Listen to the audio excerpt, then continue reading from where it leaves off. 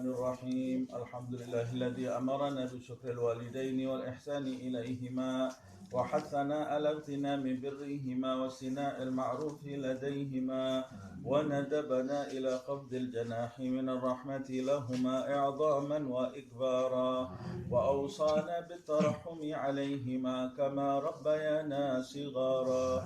اللهم فارحم والدينا، اللهم فارحم والدينا، اللهم فارحم والدينا واغفر لهم وارحمهم وارض عنهم رضا تحل به عليهم جوامع رضوانك ومواتن عفوك وغفرانك وتحلهم به دار كرامتك وأمانك وأدر به عليهم لطائف برك وإحسانك.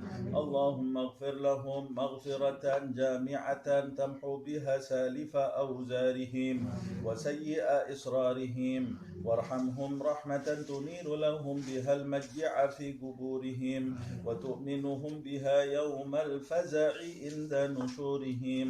اللهم تحنن على ضعفهم كما كانوا على ضعفنا متحننين وارحم انقطاعهم إليك كما كانوا في حال انقطاعنا إليهم راحمين وتعطف عليهم كما كانوا علينا في حال صغرنا متعتفين.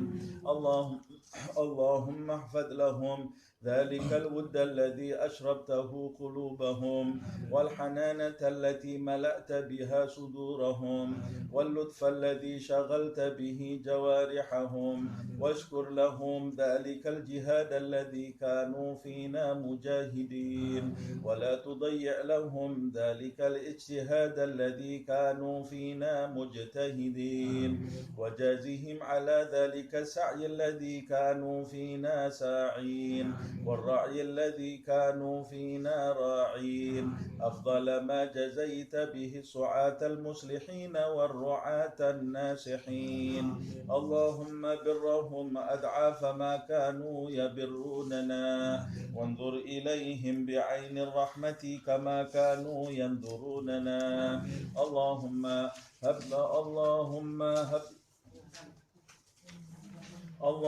هب لهم ما ضيعوا من حق ربوبيتك بما اشتغلوا به في حق تربيتنا وتجاوز عنهم ما قصروا فيه من حق خدمتك بما آثرون به في حق خدمتنا واعف عنهم ما ارتكبوا من الشبهات من أجل ما اكتسبوا من أجلنا ولا تؤاخذهم بما دعتهم إليه الحمية من الهوى لما غلب على قلوبهم من محبتنا وتحمل عنهم الظلمات التي ارتكبوها فيما اجترحوا لنا وسعوا علينا والطف بهم في مضاجع البلا لطفا يزيد على لطفهم في أيام حياتهم بنا. اللهم وما هديتنا له من الطاعات ويسرته لنا من الحسنات ووفقتنا له من القربات فنسألك اللهم أن تجعل لهم منها حظا ونصيبا وما اقترفناه من السيئات واكتسبناه من الخطيئات وتحملناه من التبعات فلا تلحقهم منا بذلك حوبا ولا تحمل عليهم من ذنوبنا ذنوبا. اللهم وكما سررتهم بنا في الحياة فسرهم بنا بعد الوفاة.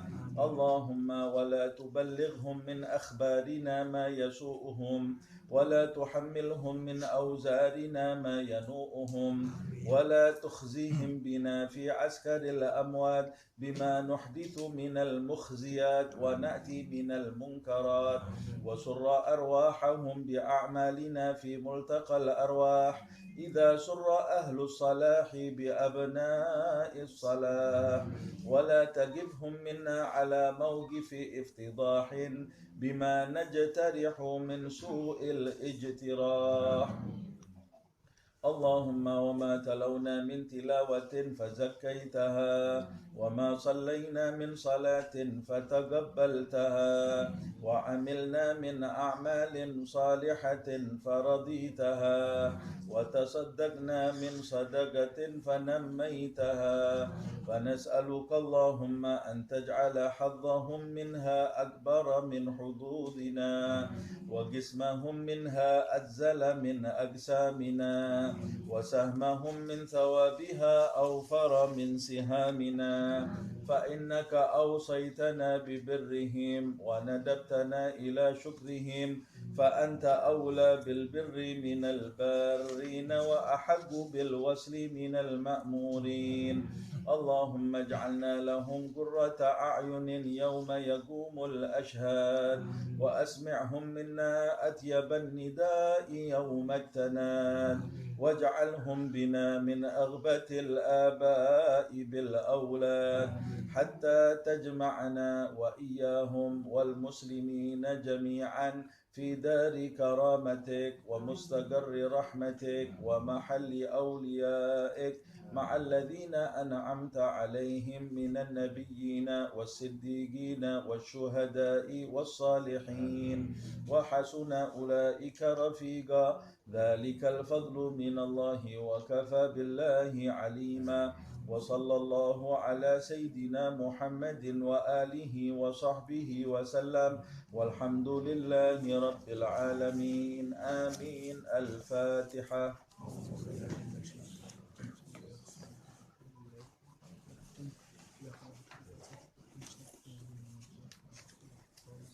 تقبل منا إنك أنت السميع العليم وتب علينا إنك أنت التواب الرحيم اللهم لا تحرمنا خير من عندك بشيء معنا اللهم مغفرتك أوسع من ذنوبنا ورحمتك أرجى عندنا من أعمالنا اللهم مغفرتك أوسع من ذنوبنا ورحمتك أرجى عندنا من أعمالنا اللهم مغفرتك أوسع من ذنوبنا ورحمتك أرجى عندنا من أعمالنا صلى الله على سيدنا محمد وعلى آله وسلم والحمد لله رب العالمين. Kita lanjutkan kajian tafsir 102 ya.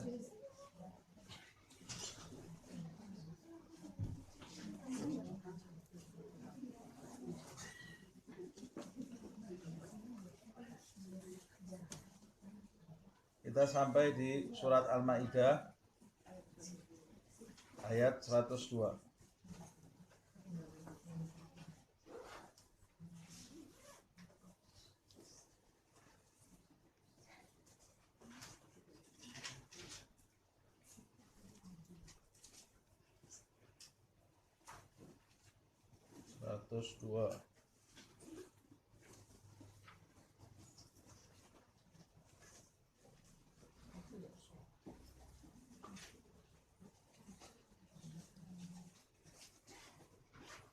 Nah, 102.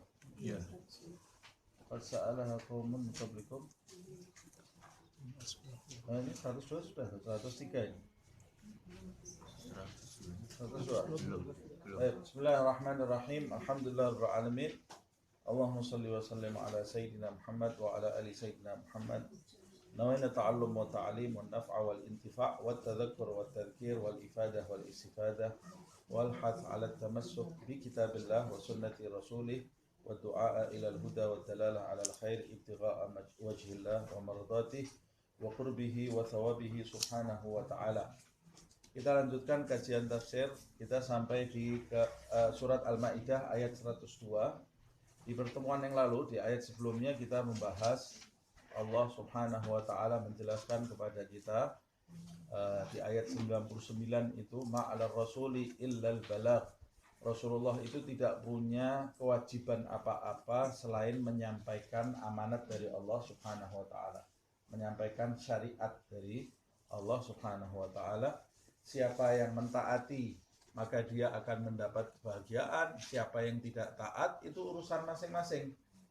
Kewajiban Rasul itu hanya menyampaikan saja. Nah, kalau Rasul SAW itu hanya punya kewajiban menyampaikan, apalagi kita tidak punya kewajiban apa-apa.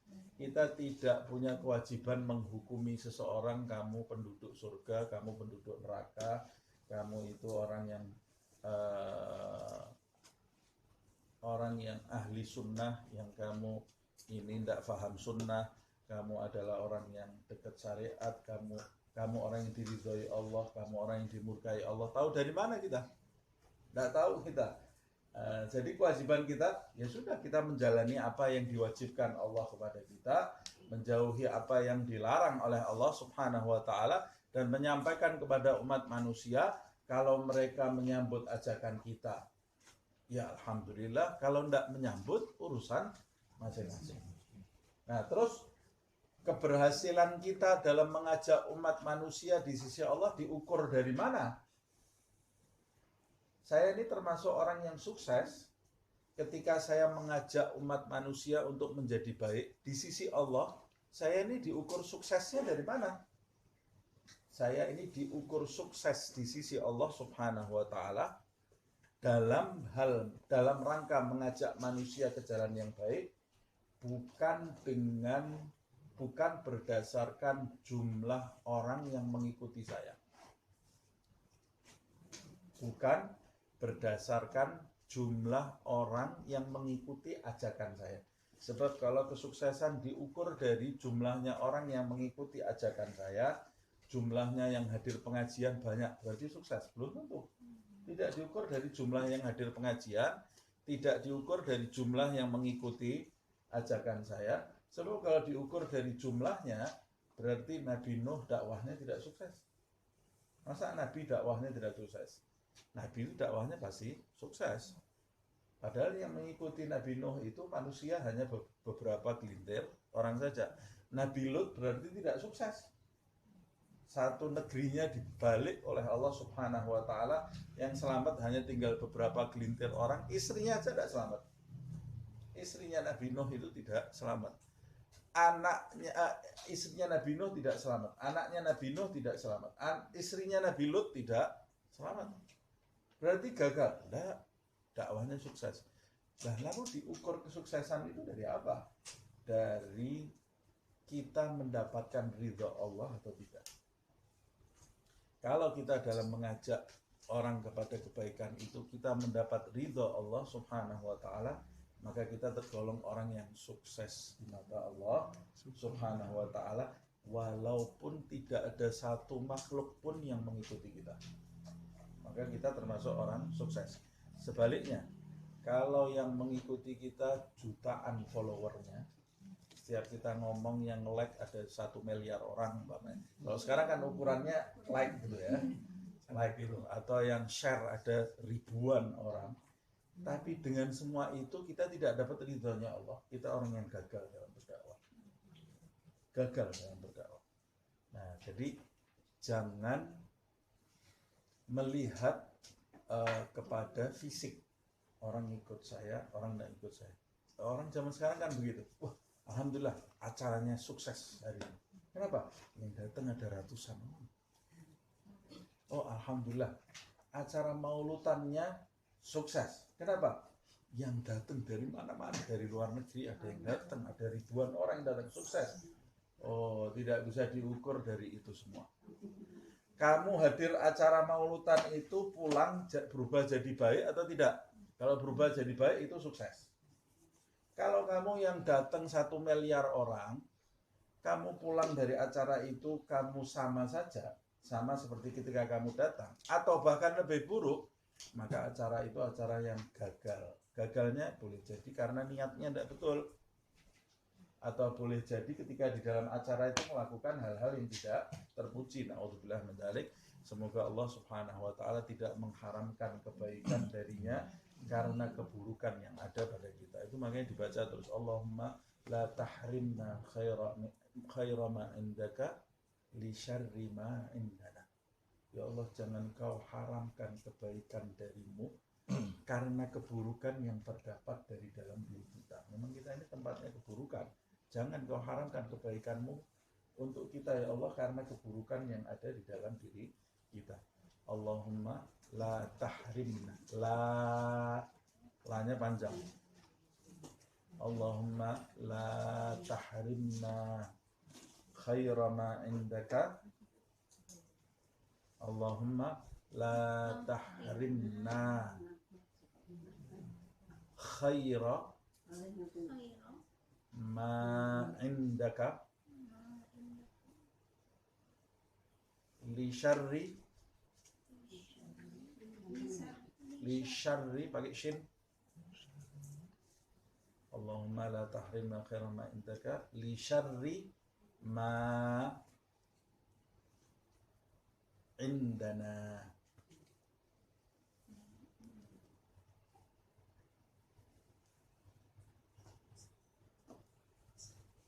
Nah, itu bagus kalau dibaca setiap habis berdoa, setiap habis sholat. Itu setiap habis sholat kan kita berdoa panjang lebar. Terakhir ditutup Rabbana taqabbal minna innaka antas samiul alim wa tub alaina innaka antat tawwabur rahim. Allahumma la tahrimna khaira ma indaka li syarri ma indana. Kita lanjutkan. Nah, begitu juga Nabi Muhammad SAW di ayat yang ke-99 ini sudah kita bahasnya. Di ayat yang ke-99 Allah mengatakan, kamu tidak punya kewajiban hai Muhammad SAW kecuali hanya menyampaikan. Di ayat yang ke-100 Allah juga menjelaskan, qul la yastawil khabith wat thayyib. Katakan hai Muhammad SAW kepada umatmu, tidak sama orang-orang yang buruk dengan orang-orang yang baik, walau a'jabaka kathratul khabith, walaupun orang yang buruk itu jumlahnya besar gitu ya, menjadikan kamu takjub. Walaupun yang buruk itu menjadikan kamu takjub jumlahnya, menjadikan kamu takjub kemegahan yang mereka miliki, rumahnya, mobilnya, uangnya, pakaiannya, kecantikannya, wajahnya. Hebat ini, luar biasa. Turun dari mobil, masuk mobil, ada yang bukakan pintunya. Jumlahnya banyak orang-orang yang seperti ini. Kalau dia khabith, buruk, kamu jangan takjub dengan hal-hal yang seperti itu. Ujung-ujungnya mati, dia tidak dapat kebaikan apa-apa. Tidak dapat apa-apa. Apa artinya orang hidupnya senang? Senang kan yang nampak, yang dalam kan kita tidak tahu. Bahagia, kulitnya mulus setiap hari ke salon, rambutnya setiap hari didandani terus, kukunya apa itu, manicure, pedicure setiap hari, bening semuanya. Kayak kaca sampai aneh dari putihnya orang ini. Naik mobil, turun mobil, ada yang nyambut, ada yang bukakan pintu, ada yang nutup pintu. Di Instagramnya jalan-jalan, makan pagi di Australia, makan siang di Malaysia, makan malamnya di Singapura. Ya Allah, kok enak ini orang. Lihatan ini termasuk orang baik atau orang, bukan kita menghukumi orang ya. Orang baik itu siapa sih? Orang baik itu orang yang Islam, menjalankan syariat Allah. Kalau dia tidak kenal Islam, kepalanya tidak pernah sujud kepada Allah Subhanahu wa Ta'ala, lisannya tidak pernah bertasbih, tidak pernah bersolawat, jangan kamu iri sama dia. Harusnya dia yang iri kepadamu. Kenapa? Sebab dia begitu Israel datang, nyawanya dicabut, mobilnya, manicure, pedicure, makan pagi, itu sudah cukup. Habis, ceritanya habis itu dia sengsara tanpa waktu, tanpa batas. Na'udzubillah. Masa kita mau iri sama orang yang seperti ini? Kesian kita, bukan iri, harusnya kita kasihan. Dunia ini cuma sebentar. Ya Allah, sebentar. Sabar kita sebentar. Habis itu juga nanti bahagia yang tidak bisa diutarakan dengan bahasa apapun. Jalan ini cuma sebentar. Apalagi yang hadir di majelis ini kan pasti sudah 40 tahun ke atas, ya lebih sebentar lagi. Lebih sebentar lagi ini ya. Apa? Mudah-mudahan panjang umur. La yastawil khabith wat thayyib walau a'jabaka kathratul khabith. Walaupun yang khabith itu, yang buruk itu menarik hati kamu. Kemudian di ayat berikutnya lagi, ya ayyuhalladzina amanu la tas'alu an asya'a in tubdalakum tasukum. Ini 101. Ini sudah kita bahas semua ya. Jangan kamu bertanya tentang hal-hal yang kalau dibongkar, diterangkan kepada kamu akan menyusahkan kamu. Tanya sesuatu yang tidak ada manfaatnya untuk kepentingan akhirat. Saya memberi contoh di pertemuan yang lalu seperti Bani Israel. Sudah jelas-jelas disuruh oleh Allah Subhanahu wa taala potong sapi. sapinya yang seperti apa? Tidak jelas. Sapi itu ada macam-macam. Nah, ditambahi akhirnya sama Allah SWT yang mempersulit dia. Kalau dia langsung motong sapi, sekenanya saja sapi sudah menjalankan perintah Allah. Dia pakai tanya, sapinya yang seperti apa? Hai Musa, tanyakan kepada Tuhan. Sapinya yang seperti apa? Kata Nabi Musa tanya sama Allah, sapinya warnanya kuning. Sapi warnanya kuning, apa ada? Ya sudah kamu tanya. Sapinya warnanya kuning, cari sapi. Ya, sapi kuning itu yang seperti apa? Tanyakan lagi. Sapinya warna kuning tasurrun nadirin. Sapi warna kuning yang kalau orang lihat pasti senang. Wah, lebih susah lagi. Tanya lagi yang seperti apa? Yang tidak pernah dibuat bajak sawah, tidak pernah ditunggangi, tambah susah. Makanya jangan kamu tanya sesuatu yang menyusahkan kamu. Kalau Allah Subhanahu wa taala seperti dalam asbabul nuzulnya ayat ini saya jelaskan di pertemuan yang lalu, Nabi Muhammad menjelaskan Allah memerintahkan ibadah haji. Sahabat ada yang tanya, ya Rasulullah, hajinya setiap tahun apa seumur hidup sekali? Menyusahkan. Kata Rasulullah, hati-hati loh. Kalau saya bilang setiap tahun, kamu harus pergi haji terus setiap tahun. Nah, Allah memerintahkan tunaikan ibadah haji. Diam. Lakukan ibadah haji, selesai. Jangan kamu mempertanyakan sesuatu yang nanti ketika dijawab akan memberatkan kamu. Nah, begitu juga kita dalam kehidupan sehari-hari seperti itu.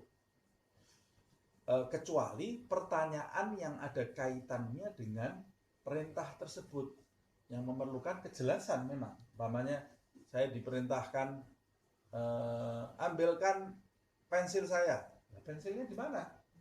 Tanya saya, pensil kamu di mana? Di lemari. Loh, lemarinya ada 4 di sini. Lemari yang mana? Lemari yang sebelah kanan sendiri. Lemari yang sebelah kanan sendiri. Lacinya ada 20. Laci yang keberapa? Nah, itu perlu itu. Itu penting kita tanya seperti itu, kejelasan supaya kita tidak salah sasaran. Tapi kalau tanyanya pensilnya sudah dijelaskan, pensilnya di lemari yang pojok, di laci yang ke-10, di depan rumah saya. Habis itu saya tanya, padahal pensilnya satu, pensil yang warnanya apa?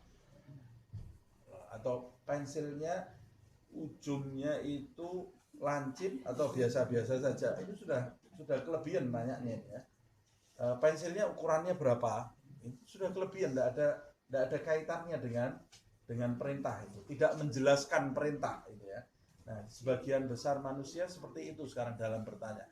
Lebih-lebih lagi bertanya untuk menguji, tidak mencari informasi yang benar, atau bertanya untuk menjatuhkan.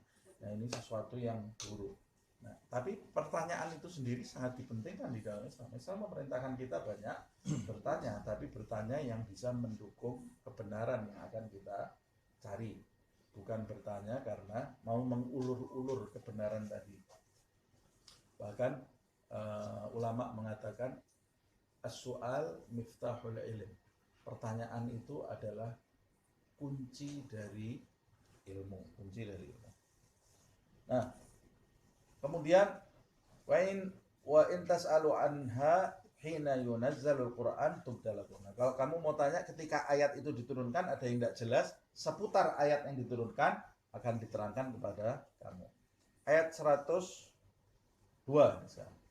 Qad sa'alaha qaumun min qablikum thumma asbahu biha kafirin. Ini sudah saya jelaskan sebetulnya. Saya tidak perlu panjang-panjang.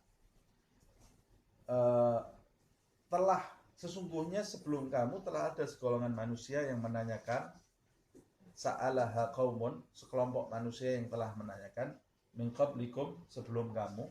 Summa, kemudian setelah mereka bertanya, asbahu biha kafirin. Lalu mereka kemudian menjadi orang-orang yang kafir. Jadi tanyanya itu bukan karena ingin mencari kebenaran, tanyanya karena fudul, karena mau tahu aja. Karena mau tahu, kemudian dia tidak ada niat mengamalkan di dalam kehidupan sehari-hari. Atau bisa jadi pertanyaan itu dia lontarkan karena dia malas menjalankan perintah. Ada ulama yang memberi contoh. Bani Israel itu ketika disuruh menyembelih sapi, dia bertanya, secara detail sapi yang disembelih itu bukan karena dia ingin menjalankan perintah dengan benar, tapi karena dia malas mengulur-ulur waktu. Seperti anak kecil, kita suruh ambilkan gelas di dapur, gelasnya seperti apa, ambilkan gelas saja, gelas seperti apa. Dia tanyanya bukan karena mau minta kejelasan, tapi masih malas ya, umpamanya masih lihat TV atau main game. Ya, gelasnya seperti apa? Ya, ambilkan gelas itu, gelas 1 apa 2 gelasnya. Nah, yang besar apa yang kecil? Tapi karena dia malas, bukan karena dia mencari kejelasan. Nah, innamal a'mal binniyat. Amal seseorang itu tergantung niatnya. Nah, dulu sekelompok kaum sebelum Nabi Muhammad SAW diutus itu, kata Allah Subhanahu wa taala, telah bertanya hal-hal yang ketika dijelaskan mereka itu kemudian justru berubah menjadi kafir. Siapa ini? Sekelompok kaum itu diantaranya adalah ahlul kitab. Ahlul kitab itu mereka bertanya-tanya tentang nabi siapa yang diutus di zaman akhir itu. Menanti-nanti mereka. Nabi siapa yang diutus di zaman akhir itu? Tapi setelah Allah Subhanahu wa taala mengutus Nabi Muhammad SAW menjawab pertanyaan-pertanyaan mereka selama bertahun-tahun, karena mereka semua menanti-nanti Nabi yang terakhir diutus adalah Nabi Muhammad SAW. Waktu muncul Nabi itu bukan dari golongan mereka, mereka semua menolak. Lam yakunil ladzina kafaru min ahlil kitabi wal musyrikina munfakina hatta ta'tiyahumul bayyinatu. Kata Allah di dalam surat Al-Bayyinah, mereka orang-orang ahlul kitab dan orang-orang musyrik la munfakin, tidak berpecah-pecah, tidak berselisih, justru setelah datang kepada mereka itu bukti yang nyata atas apa yang mereka tunggu-tunggu. Dulunya mereka saling bersatu padu. Bersatu dalam hal apa ini? Menanti-nanti Nabi akhir zaman. Mereka semua percaya Nabi akhir zaman. Sampai-sampai disebutkan ahlul kitab itu, orang-orang Yahudi itu kalau berperang, mereka menyebut-nyebut nama Nabi Muhammad SAW, bertawasul menyebut nama Nabi Muhammad SAW, dan kalau mereka sebut-sebut nama Nabi Muhammad, mereka itu menang. Tapi ketika mereka tahu ternyata Muhammad itu bukan dari bangsa mereka, berselisih mereka, tidak percaya. Kata Allah Subhanahu wa taala, hatta ta'tiyahumul bayyinah. Nah, sebagian besar manusia mencari sesuatu, nyari sesuatu, ketika ditampakkan oleh Allah, ini loh yang kamu cari, malah mereka tidak percaya. Aneh rasanya. Ada orang hijrah, zaman sekarang kan banyak orang hijrah. Ada orang hijrah, saya mau mencari kebenaran. Oh, saya ini banyak salah. Ketika dia terus meneliti kebenaran, ketika lihat tidak sesuai dengan apa yang saya harapkan ini, saya maunya tidak seperti ini, malah ditinggal. Kamu nyari, ditunjuk sama Allah, diberi petunjuk oleh Allah, malah kamu tinggal. Ada orang di zaman dulu mencari guru yang membimbing dia, mencari guru, bukan guru biasanya, guru yang kelas ini, guru yang membimbing dia. Dia cari kemana-mana, keliling dunia, punya uang dia, nyari kemana-mana. Tidak tahunya gurunya itu tetangganya sendiri. Jadi tetangganya dia, kamu ini dari mana? Kata tetangganya. Saya dari keliling dunia, nyari siapa kamu keliling dunia? Saya nyari guru. Guru untuk apa? Yang bisa membimbing saya mendekatkan diri kepada Allah Subhanahu wa taala. Kata tetangganya, saya itu guru kamu. Karena memang tetangganya ini sebetulnya orang yang baik, orang yang santun, orang yang berilmu, yang diucapkan semua ciri-ciri guru yang bisa membimbing itu ada semua pada tetangganya ini. Nah, subhanallah, kenapa saya kok tidak mikir ya dari dulu datang ke kamu dulu? Ya, kamu sekarang saya jadikan murid, mau jadi murid saya? Ya, kamu insya Allah bisa saya antarkan menuju kepada Allah Subhanahu wa taala. mendekat kepada Allah Subhanahu wa taala, ada syaratnya satu tadi. Apa syaratnya? Brewoknya dicukur. Jangan pakai brewok lagi. Ini karena dia tahu orang ini tergila-gila sama brewoknya sendiri. Tergila-gila. Orang kan macam-macam. Tergila-gila itu sama macam-macam. Ada orang yang tergila-gila sama dirinya sendiri itu apa istilahnya? Sama narsis. Nah, kalau ngaca setengah jam. Kalau suruh lihat fotonya orang lain males ya. Tapi lihat fotonya sendiri dia bisa kayak ada yang lebih cantik dari dia. Narsis.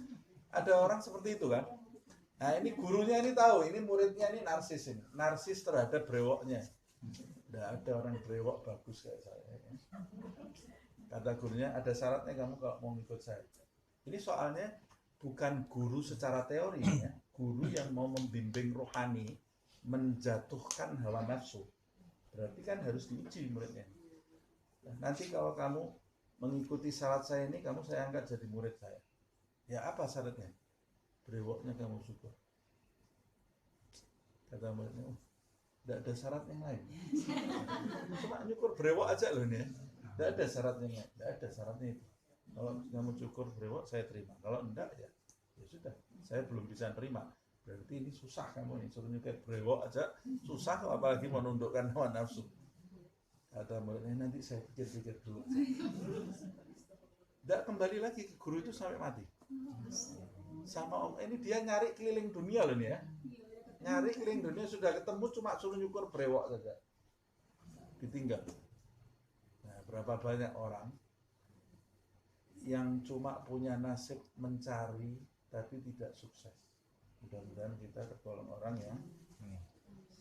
yang punya nasib mencari dan jangan habis umur kita dalam pencarian. Mudah-mudahan kita ini termasuk orang yang sukses di mata Allah Subhanahu wa taala. Nah, berapa banyak di antara kita yang tahu ini jalan yang benar itu ini, tapi tidak ada yang jalani.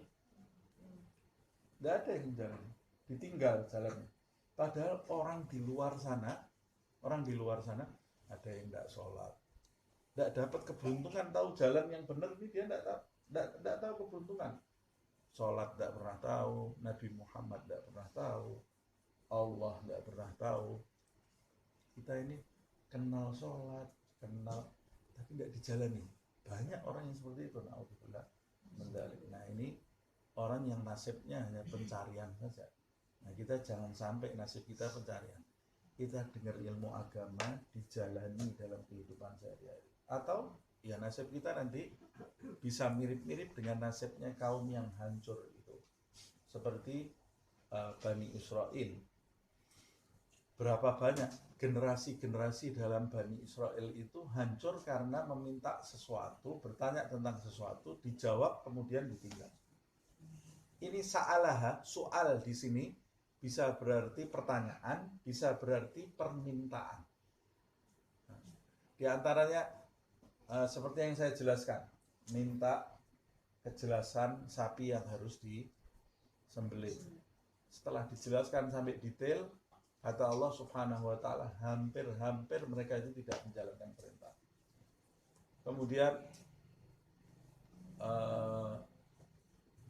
minta kepada Allah Subhanahu wa taala dipilihkan seorang pemimpin yang bisa mengantar mereka masuk ke kota Palestina, ke kota yang mereka duduki.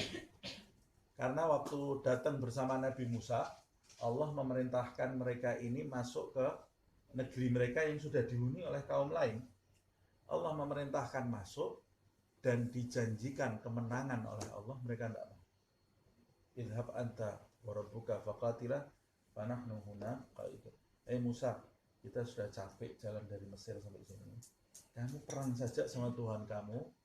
Nanti kalau sudah menang kita masuk. Kaum seperti apa ini ya? Nabinya suruh perang sendiri sama Tuhan. Nanti kalau sudah menang kita baru masuk. Akhirnya dihukum oleh Allah Subhanahu wa taala sampai terlunta-lunta di muka bumi, yatihuna fil ardi arba'ina.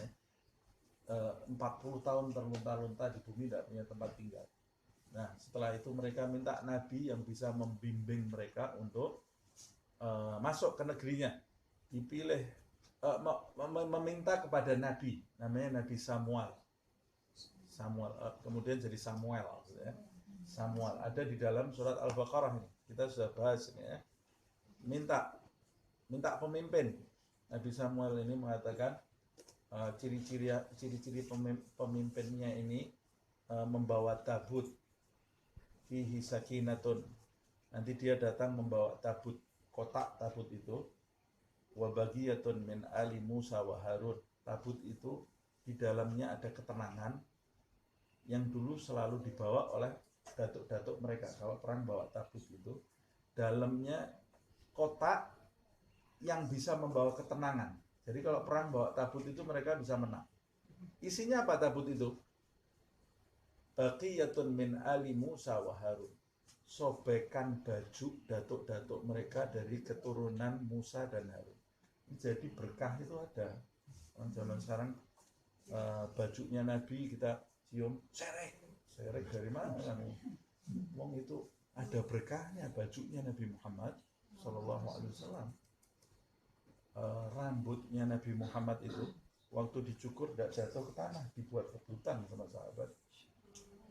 Air wudhunya Rasulullah, bekas air wudhunya diminum sama sahabat. Dalam hadis Bukhari juga disebutkan Nabi itu kalau ludahnya tidak pernah sampai tanah, jadi tampani sama tangannya sahabat. Ludahnya Nabi bukan ludah kita, ludahnya Nabi Muhammad SAW. Ada orang tanya ke saya, ludahnya Nabi, masa Nabi diem aja, itu kan kotor ya. Kalau ludah kamu kotor, ludahnya Nabi tidak kotor, wangi semua Nabi itu. Dan ludahnya air liurnya burung walet aja jutaan kok dicari sama orang. Masa ludahnya Nabi Muhammad SAW kita kalahkan sama ludahnya walet ya, burung walet. Ludahnya Nabi Muhammad SAW obat gitu ya.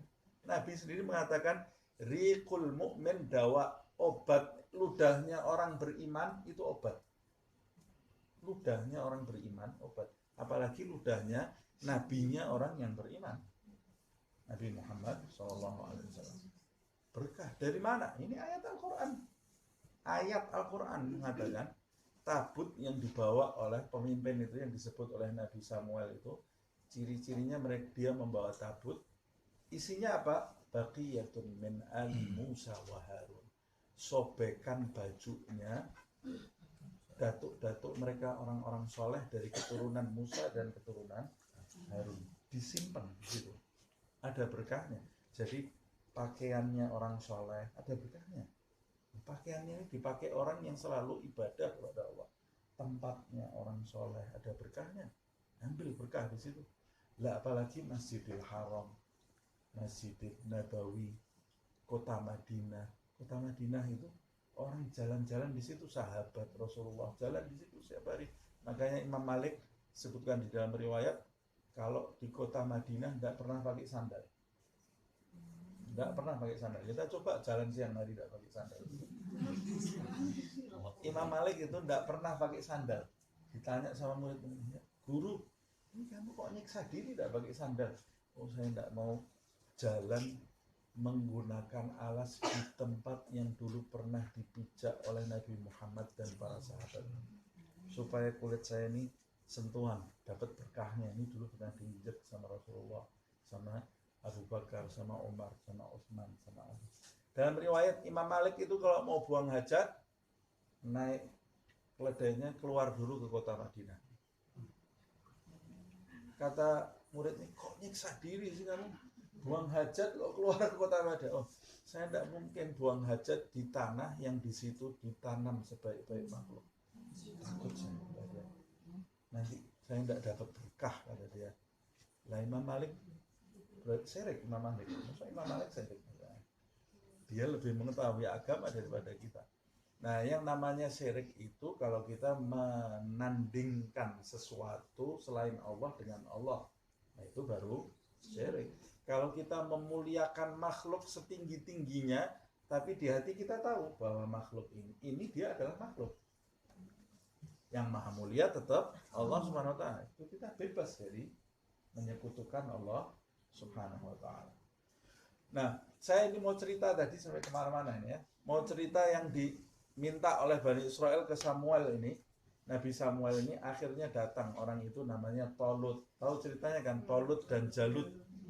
Kalau di Injil jadi Goliat, gitu ya. Kalau di dalam Al-Quran Jalut. Dipilih. Ternyata yang dipilih ini orang yang tidak kenal. Mereka tidak kenal. Dari desa ini orangnya ini. Tidak mau mereka dipimpin. Kamu kan minta sama Allah pemimpin. Tanya pemimpinnya siapa. Dipilih sama Allah, ini pemimpin kamu. Mereka mengatakan, ini bukan orang modern ini. Ketinggalan zaman ini dari desa ini. Saya tidak tahu apa-apa ini. Nah akhirnya sedikit dari mereka yang menjalankan perintah. Sedikit yang menjalankan perintah. Dan kalau kita banyak di dalam Al-Quran, kita lihat di dalam Al-Quran banyak sekali permintaan-permintaan ahlul kitab itu dijelaskan oleh Allah Subhanahu wa taala yang ujung-ujungnya mereka itu sekedar tanya saja. Kayak orang seperti sekarang nih ya. Ayo kita harus umpamanya revolusi. Wah, giliran rapat revolusi, reformasi. Begitu betulan, ayo jalan. Yang jalan berapa? Ayo revolusi akhlak. Waktu rapat itu jerit-jerit teriak-teriak Allahu Akbar, revolusi akhlak. Begitu keluar itu kembali lagi, tidak ada yang berbuat apa-apa. Nah, jangan jadi orang seperti itu. Jadi orang mulut sama hatinya berbeda. Jadi orang kalau mengucapkan sesuatu, ucapannya itu bisa dipegang. Kalau meminta sesuatu, ya dia minta dari dalam hati. Kalau bertanya, pertanyaannya muncul dari hati, tidak punya tendensi, tidak punya kepentingan. Nah, biasanya orang yang bertanya sesuatu dijawab, kemudian jawabannya jadi mencelakakan, itu orang yang punya tendensi. Jadi dia tanya sesuatu, jawabannya tidak sesuai dengan keinginannya, dia jadi menolak. Nah, kalau mau tanya sesuatu, tanya tanpa tolak ukur. Jawabannya apa, diterima. Sesuai dengan hati kita atau tidak sesuai dengan hati kita, diterima. Tapi kalau sudah punya ukuran, apalagi ini zaman sebentar lagi pemilihan presiden ya, sudah ngeblok partai A, partai B, kita jangan ikut-ikut. Orang yang ikut-ikut partai A, partai B itu sudah tidak objektif lagi nanti. Dia mau ngambil berita yang menguntungkan partai yang dia usung. Nah, kita tidak boleh. Kita ini punya Allah, punya Nabi Muhammad SAW. Apa yang diridhoi Allah dan Rasulullah itu yang saya jalankan, walaupun tidak sesuai dengan kepentingan diri saya, tidak sesuai dengan kepentingan partai saya, tidak sesuai dengan kepentingan golongan saya, tapi kalau itu yang diinginkan Allah dan Rasulullah, nah itu yang akan saya jalankan. Harus seperti itu. Kalau tidak, nanti kita tergolong orang-orang yang nasibnya tidak baik. Na'udzubillah min dzalik. Nah, begitu juga kita jangan pernah mengusung partai hawa nafsu dan setan di dalam hidup kita. Berapa banyak orang yang setelah ditampakkan kebenaran oleh Allah Subhanahu wa taala tidak sesuai dengan keinginan hawa nafsunya, ditinggal. Ditinggalnya bukan sekedar dia melanggar itu loh ya. Dia berusaha menafsirkan ayat ini disesuaikan dengan keinginan hawa nafsunya. Dia sudah tidak mungkin dapat kebenaran lagi ya. Ada banyak orang sekarang menafsirkan ayat Quran disesuaikan dengan keinginan hawa nafsunya. Al-Quran itu tidak bisa jadi pemimpin dia. Dia yang memimpin Al-Quran soalnya. Kalau kita mau dapat petunjuk dari Al-Quran, kita harus letakkan Al-Quran sebagai pemimpin kita. Apa yang disampaikan Al-Quran kita taati, nanti kita dapat petunjuk. Tapi kalau Al-Qurannya sudah ditafsirkan sesuai dengan apa yang dia mau, ya berarti dia menjadikan Al-Quran itu makmum. Dia pemimpinnya Al-Quran. Kalau mau menafsirkan Al-Quran boleh enggak? Boleh, tapi sesuai dengan penafsiran Nabi Muhammad SAW, penafsiran para sahabatnya, dan penafsiran para ulama yang memiliki mata rantai kepada Rasulullah SAW. Nah, 103. Ma ja'alallahu min bahiratin wala sa'ibatin wala wasilatin wala hamin. Allah menyebutkan di dalam ayat ini. Kalau di pertemuan yang lalu Allah mengatakan jangan tanya yang aneh-aneh. Jangan kamu menetapkan yang baik dan buruk seenaknya saja. Yang baik dan buruk itu ukurannya saya jelaskan di pertemuan yang lalu. Saya menentukan ini thayyib, ini khabith, dari mana? Ini baik, ini buruk. Dari mana ketentuannya? Ya, dari kacamata syariat. Kalau orang hidup tanpa pedoman syariat, yang buruk menurut syariat buat dia bisa jadi bagus. Yang baik menurut syariat buat dia bisa jadi buruk. Harus ada barometernya. Allah Subhanahu wa ta'ala di ayat ini menjelaskan kebiasaan orang-orang Arab jahiliyah sebelum mereka ini kenal dengan syariat Nabi Muhammad SAW. Yang masih mereka jalankan. Setelah Nabi Muhammad SAW menjelaskan, mereka masih menjalankan. Yang pertama kali mencetuskan atau menyesatkan orang-orang Arab Mekah dari jalan hidup Nabi Ismail. Nabi Ismail kan Nabi Ibrahim. Yang pertama kali melencengkan dari jalan hidup Nabi Ismail itu namanya lupa saya.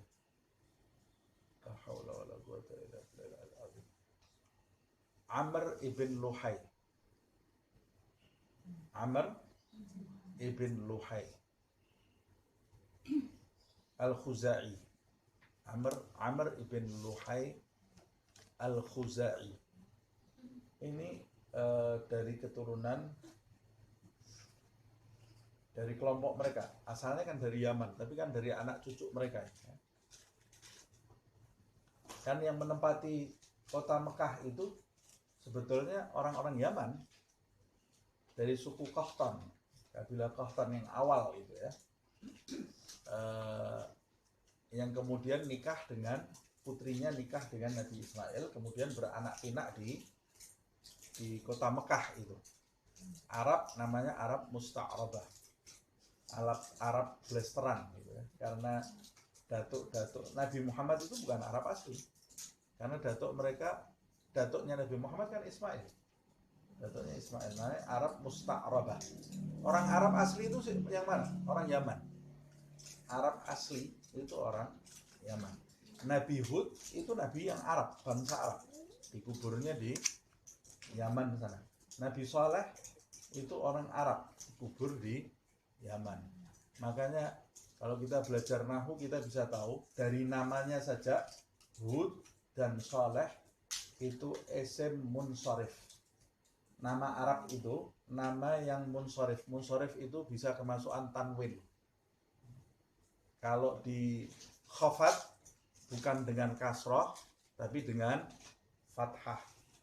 Nah, hudun bisa kemasukan tanwin. Tapi kalau nama selain Arab tidak bisa kemasukan tanwin. Contohnya Ibrahim, Ibrahimun, tidak ada Ibrahimun. Nah, Ibrahimu. Kenapa? Karena Ibrahim bukan orang Arab. Ismailu, tidak ada Ismailun. Karena Ismail bukan orang Arab. Kalau di kasrah, umpamanya kemasukan huruf jar, namanya min. Umpamanya dari Hud, umpamanya dari Hud, min Hudin, Hudin di kasrah. Tapi kalau Ibrahim, dari Ibrahim, min Ibrahim, bukan mi, tapi min Ibrahimah. Jadi dari nama saja kita bisa tahu ini. Kalau kita baca Al-Quran, kita bisa tahu, oh ini orang Arab, ini bukan. Hud itu orang Arab, makanya dia dikubur di Yaman. Saleh min Salihin. Nuh bukan orang Arab. Kalau kemasukan huruf jar, dia di fathah. Ya. Kita lanjutkan. Nah, yang pertama kali merusak tatanan yang dijelaskan oleh Nabi Ismail ahli sejarah mengatakan namanya Amr ibn Luhai, pakai hak, Al-Khuzai. Nah ini dia buat aturan sendiri. Rupanya dia itu seorang tokoh di masanya. Dia buat aturan-aturan. Apa aturan ini? Dijelaskan oleh Allah. Dan aturan itu kemudian dipegang beranak pinak jadi adat setempat. Waktu Nabi itu membawa syariat Islam, itu bukan tidak ada perlawanan, ada perlawanan. Berlawanan dengan adat istiadat yang bertentangan dengan syariat. Di antaranya adat istiadat ini. Ma ja'alallahu, Allah tidak menjadikan, maksudnya tidak menjadikan, tidak mensyariatkan min bahiratin wala saibatin wala wasilatin wala hamin. Ini adat mereka yang tidak sesuai dengan syariat. Allah tidak mensyariatkan bahirah, saibah, wasilah, dan ham. Apa itu? Bahirah itu mereka punya adat, orang Arab itu, onta kalau sudah melahirkan sampai 5 kali, onta melahirkan 5 kali. Jadi satu generasi, terus generasi kedua, generasi ketiga, generasi keempat, sampai 5 kali lahiran. Onta kalau melahirkan sampai 5 kali, sama mereka ini bahirah ya. Yang pertama bahirah. Bahirah itu dari kata bahara. Bahara itu membelah. Membelah. Makanya bahar itu laut. Bahirah itu bisa berarti kapal juga kan. Bahirah. Kenapa kapal itu disebut bahirah? Karena dia membelah lautan. Nah, bahirah itu artinya bisa membelah atau memotong. Mereka ini punya adat, kalau onta sudah melahirkan anak sampai 5 kali, telinganya dipotong. Telinganya dipotong, satu.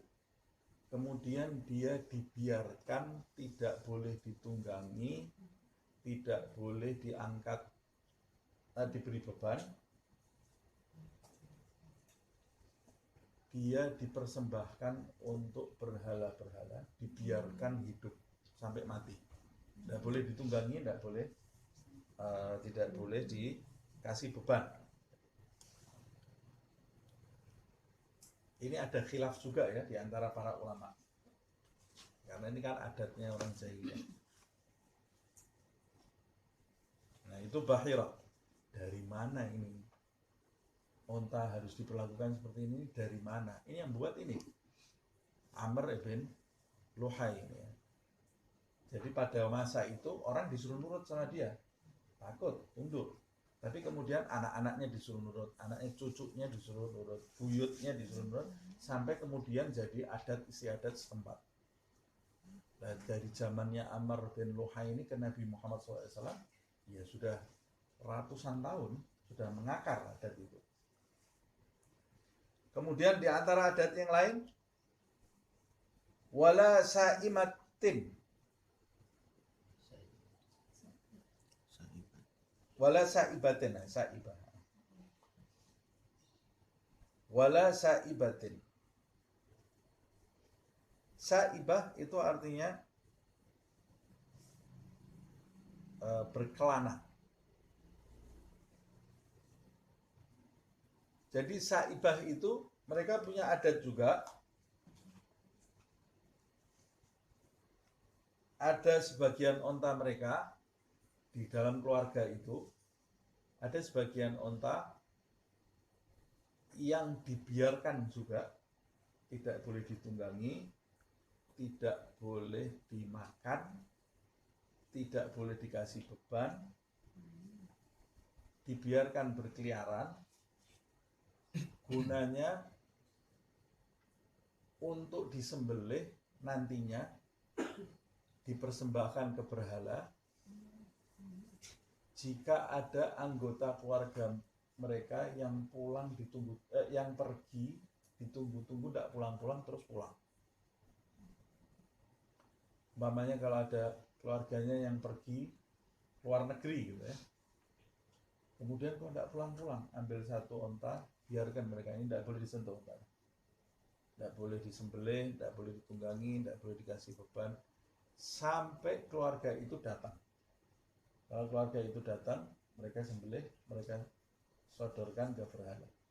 Begitu juga kalau ada orang yang sakit di antara keluarga mereka, tidak sembuh-sembuh, mereka biarkan satu onta untuk dibebaskan, begitu ya. Disembelih sampai keluarganya itu sembuh. Ini adatnya disebutkan ini ya. Kemudian wala wasilatin. Wasilah itu perantara. Apa maksudnya ini? Wasilah itu adat yang lain. Kalau ini kambing ini, wasilah itu kambing. Kambing kalau punya anak 7 kali kembar semua. Kembar semua. Anaknya kembar.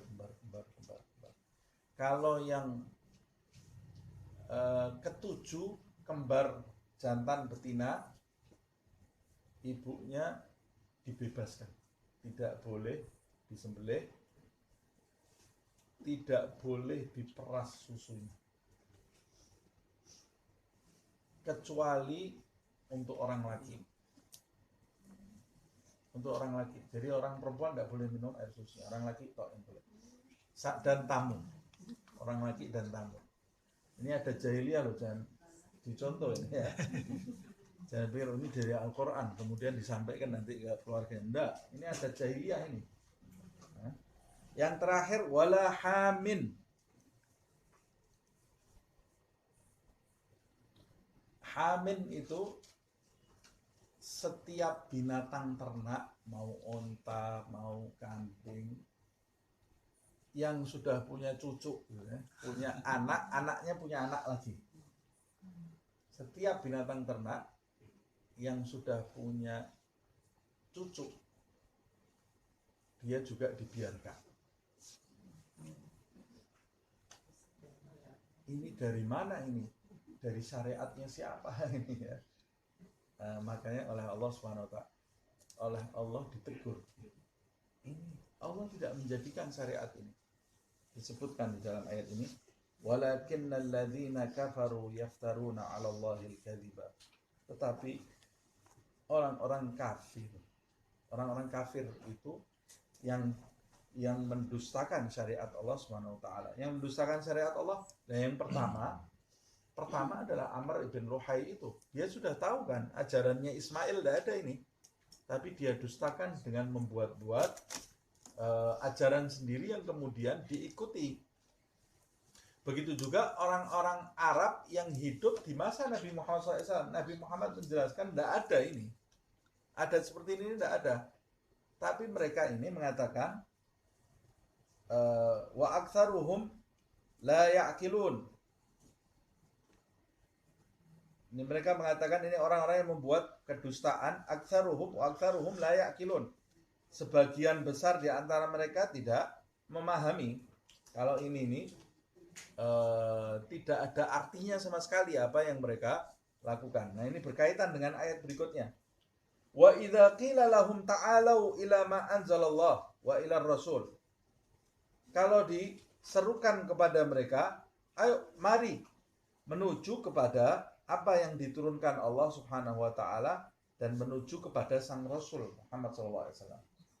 Maksudnya menuju kepada apa yang diturunkan Allah, menuju kepada Al-Qur'an, menuju kepada sang Rasul, maksudnya mengikuti Rasulullah, menuju kepada Al-Qur'an, menjalankan apa yang ada di dalam Al-Qur'an.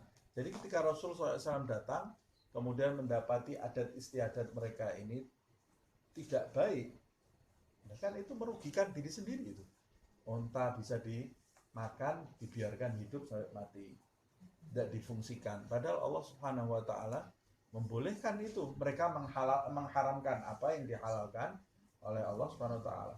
Jadi adat istiadat yang menghalalkan apa yang diharamkan Allah atau mengharamkan apa yang dihalalkan Allah atau menghalalkan apa yang diharamkan Allah Subhanahu wa taala, itu adat istiadat yang tidak boleh kita ikuti. Tidak boleh kita ikuti walaupun ini sudah mendarah daging. Nah, itu yang terjadi pada bangsa Arab. Pada bangsa Arab waktu itu. Nah, kata Allah Subhanahu wa taala, kalau mereka diajak untuk menjalankan Al-Qur'an, mengikuti Rasul, yang mereka ucapkan, qalu hasbuna ma wajadna alaihi aba'ana. Kata mereka, cukup bagi kami apa yang kami dapati yang dikerjakan oleh nenek moyang kami. Sudah cukup. Kami tidak perlu dengan syariat ini. Kenapa? Karena mereka sudah mendarah daging. Apa yang mereka jalankan itu, kesukuan mereka ini kuat sekali, sehingga mereka ini tidak mau menerima syariat Nabi Muhammad SAW. Dan itu sebetulnya terjadi di mana-mana. Di Indonesia juga seperti itu. Di Indonesia ini kan kita ini nenek moyang kita dulu kan animisme, dinamisme. Orang yang nyembah berhala juga gitu ya.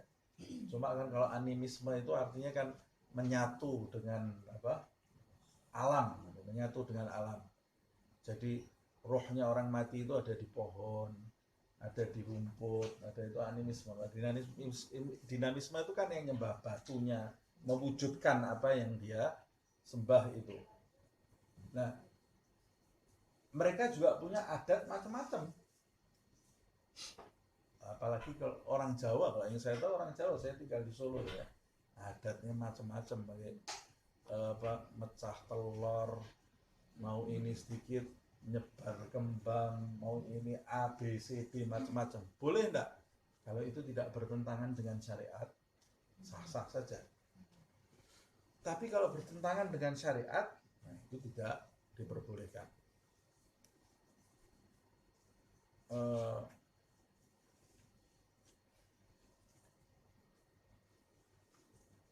Contohnya, ini kalau saya singgung nanti ini masuk YouTube, bisa saya dibully orang satu Jawa nanti ya.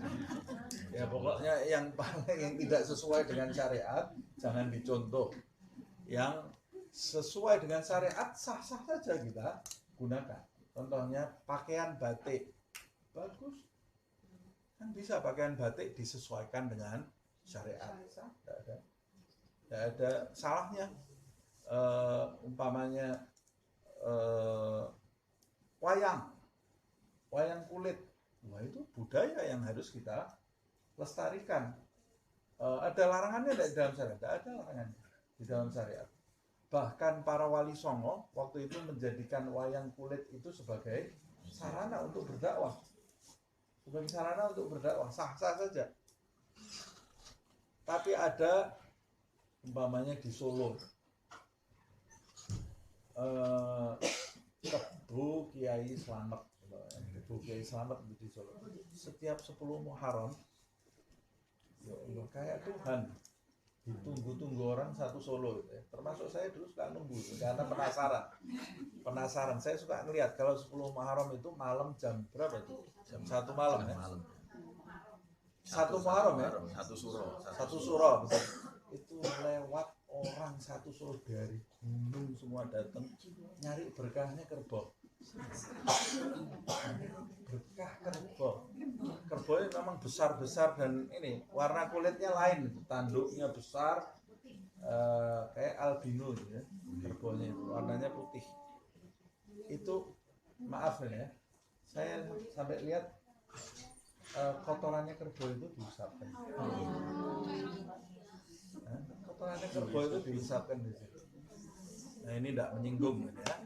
Tapi ini kalau orang Islam yang benar, tidak boleh kita mengikuti seperti ini.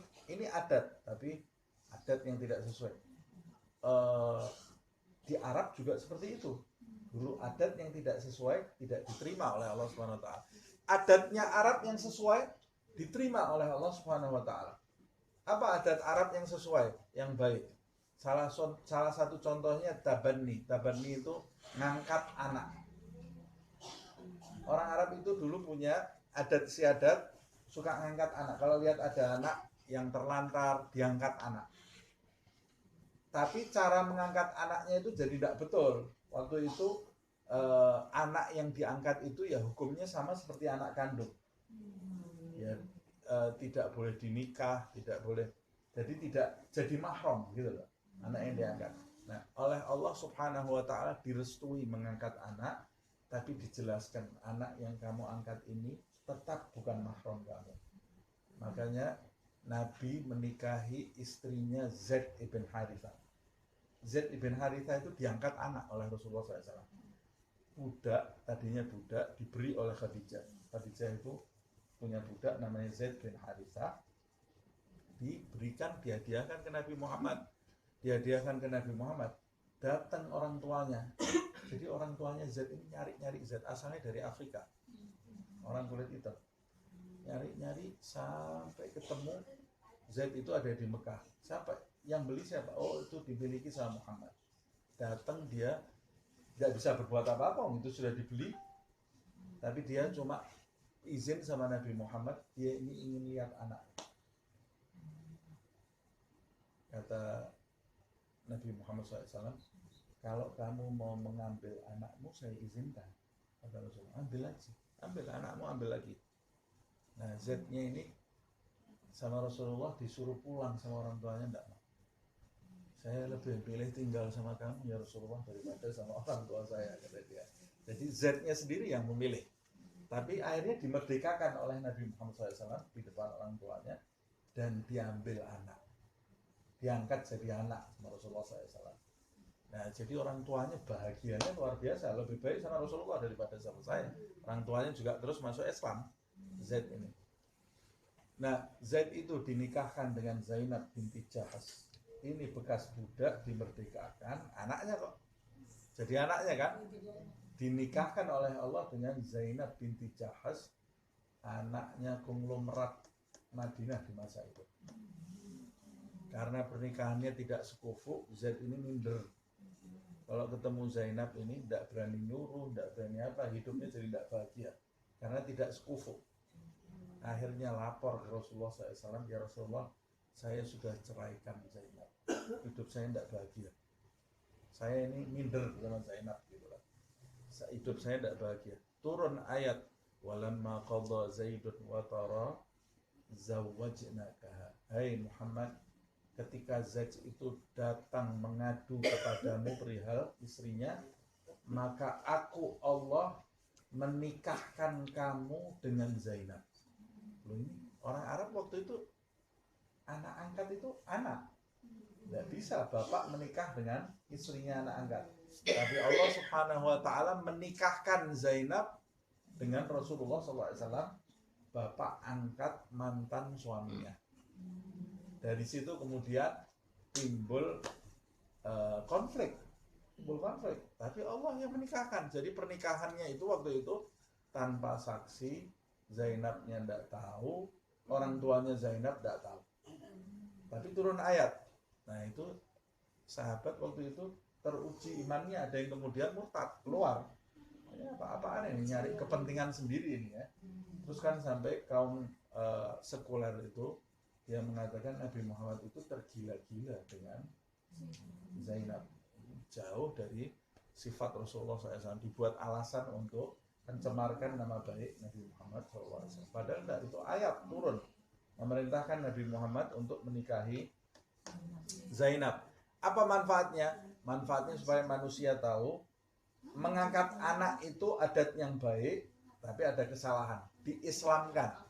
Di antaranya adat yang baik lagi yang diislamkan adalah sa'i antara Safa dan Marwah. Sa'i antara Safa dan Marwah itu dulu adat jahiliyah.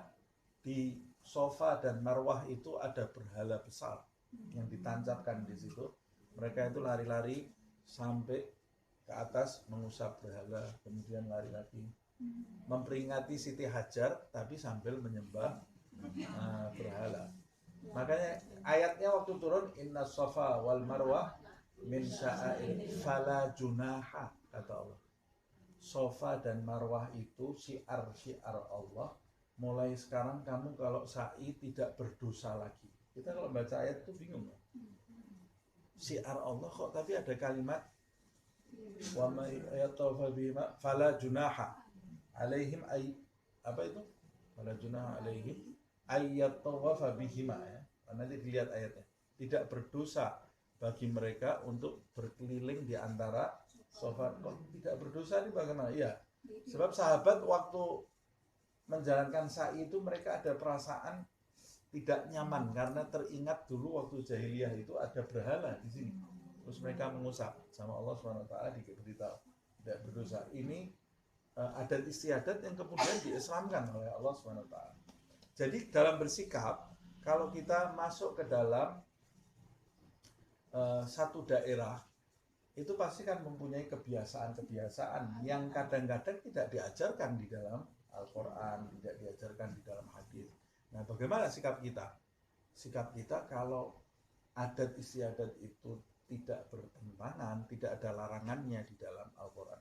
Di Indonesia ini banyak sekali adat istiadat yang baik, banyak sekali yang harus dilestarikan, gitu ya, adat istiadat. Kalau tidak bertentangan dengan Al-Quran dan hadis, maka kita harus melestarikan sebagai orang yang tinggal di tempat itu.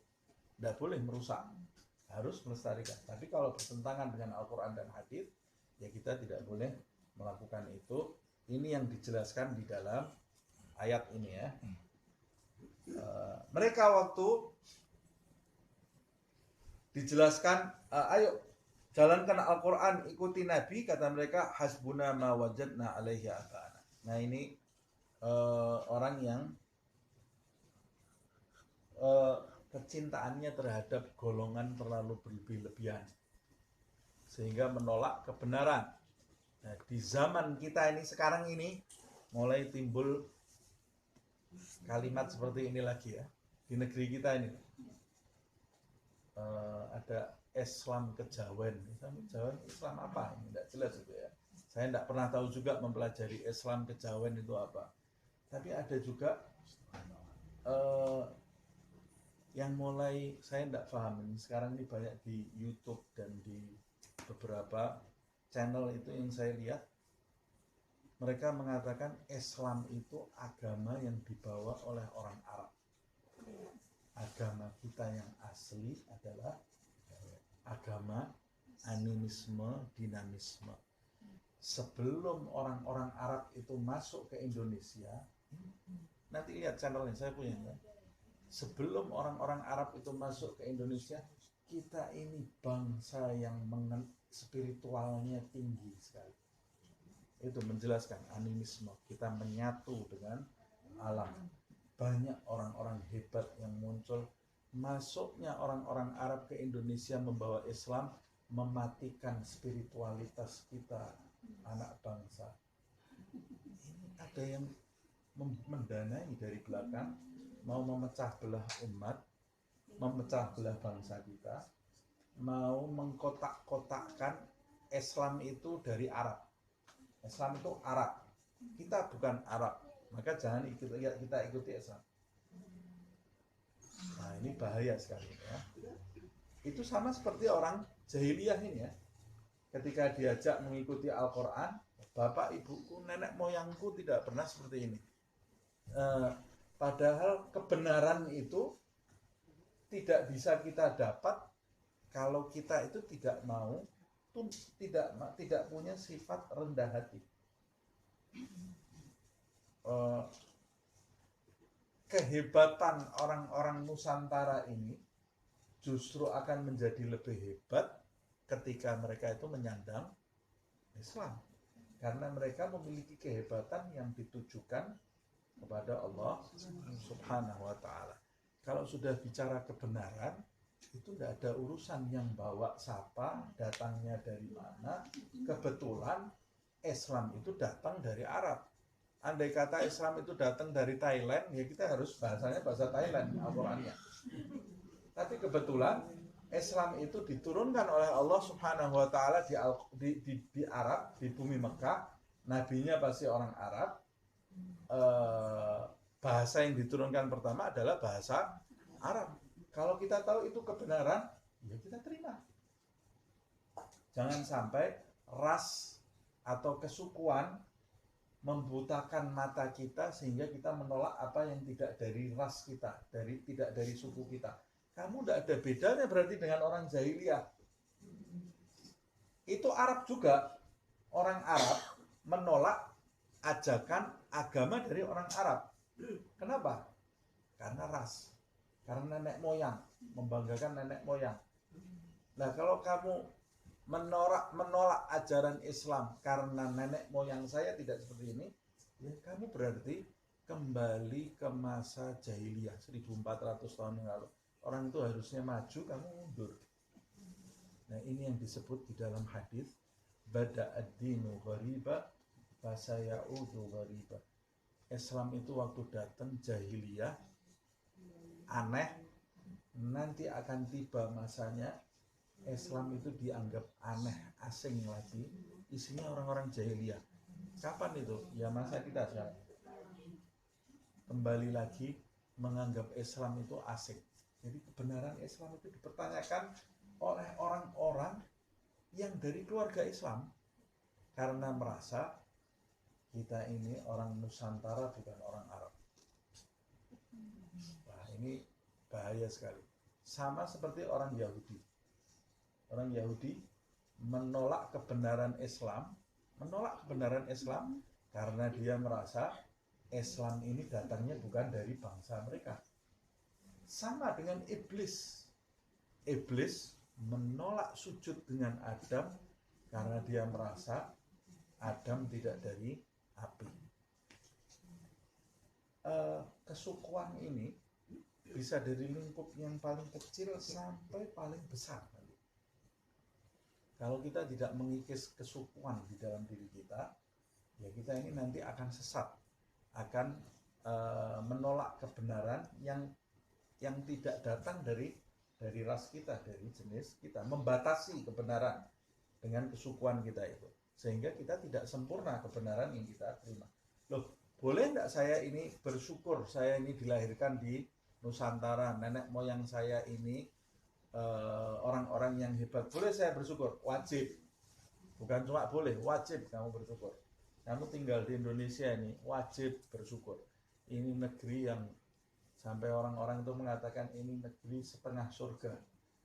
Orang Indonesia ini setengah surga. Kita lahir di bumi ini. Ya alhamdulillah, kita bersyukur kepada Allah Subhanahu wa ta'ala. Tapi kalau kemudian kita merasa bahwa kita ini orang paling hebat, itu sudah bukan syukur lagi. Itu iblis itu. Bukan syukur ya. Itu iblis. Iblis itu membanggakan apa yang dia miliki, lupa kalau ini semata-mata hanya pilihan Allah Subhanahu wa taala. Takdir Allah Subhanahu wa taala. Nah, itu iblis. Jangan sampai kita ini jadi orang yang membanggakan nikmat, lupa kepada pemberi nikmat. Syukur wajib.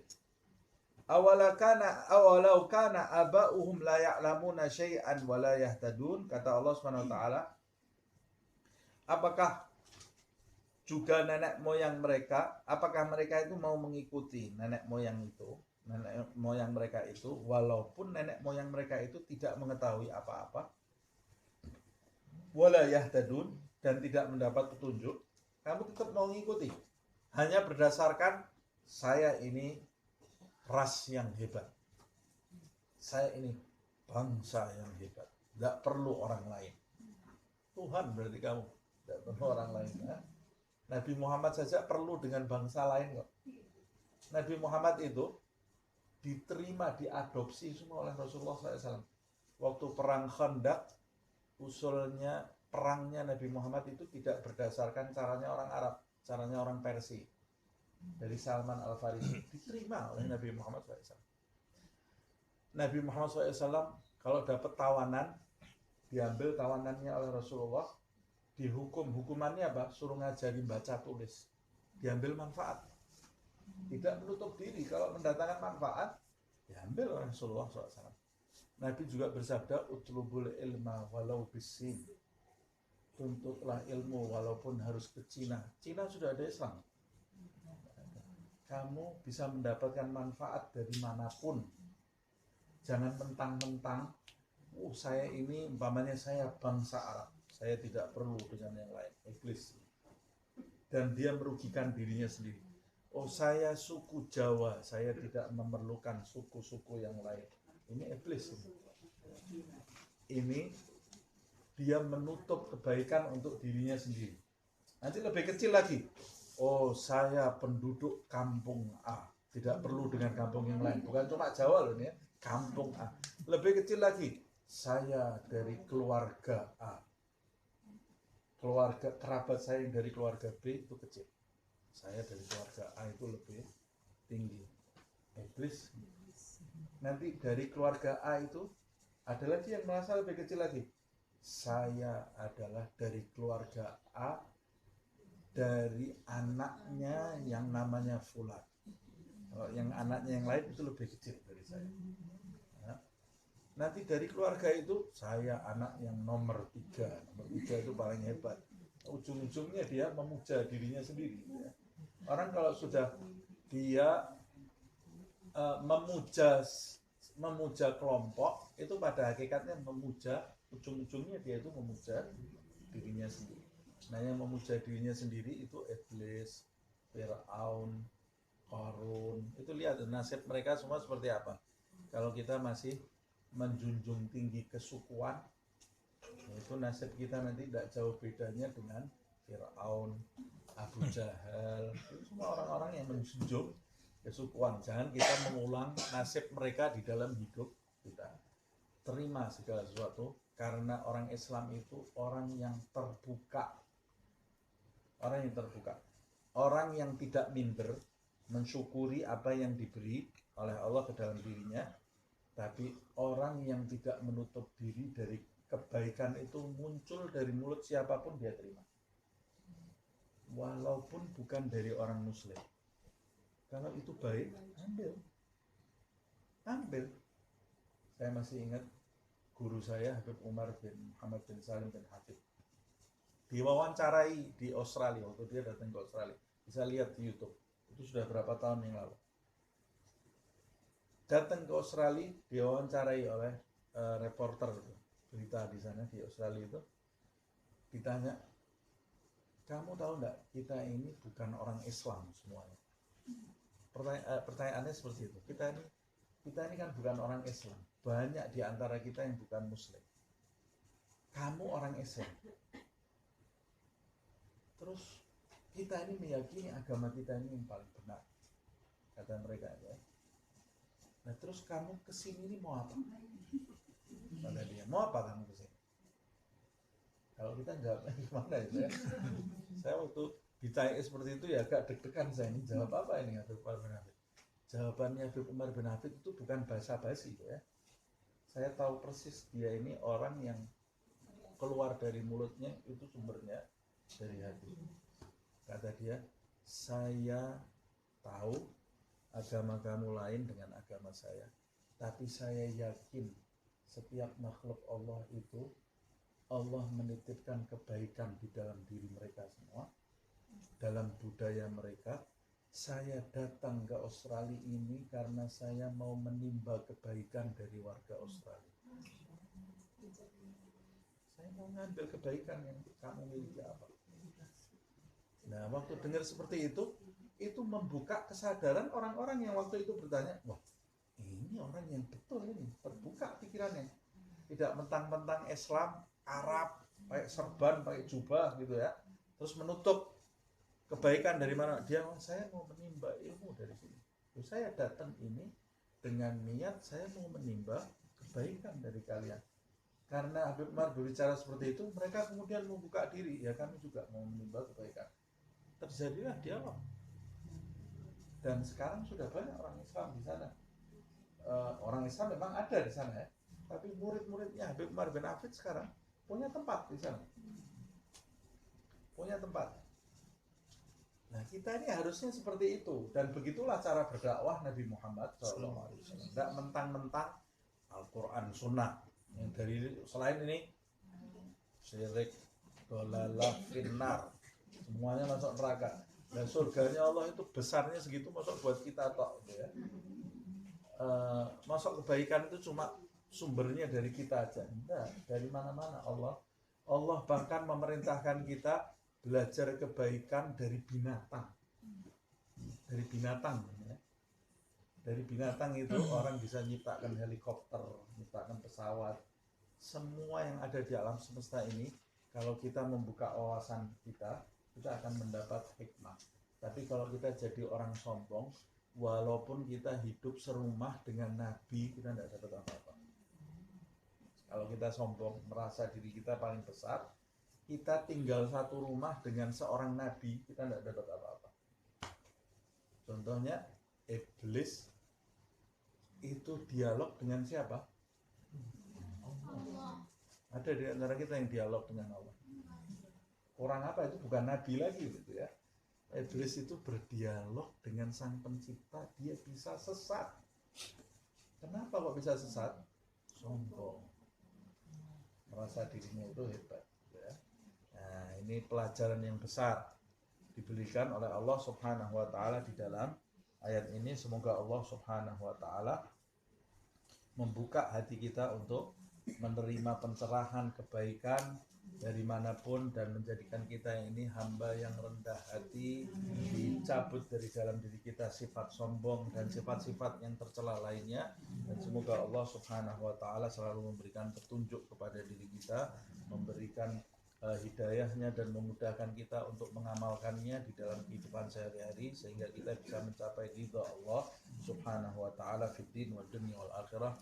Amin ya rabbal alamin. Ya Rabbana a'tarafna bi annana iktarafna wa annana asrafna ala ladha asrafna fatub alaina tauba taghsil li kulli hawba wastur lana al-awrati wa aminir rawati waghfir li walidina rabbi wa mauludina wal ahli wal ikhwani وسائر الخلان وكل ذي محبة أو جيرة أو صحبة والمسلمين أجمع آمين ربي اسمع فضلا وجودا منا لا باكتساب منا بالمصطفى الرسول نحظى بكل سول بالمصطفى الرسول نحظى بكل سول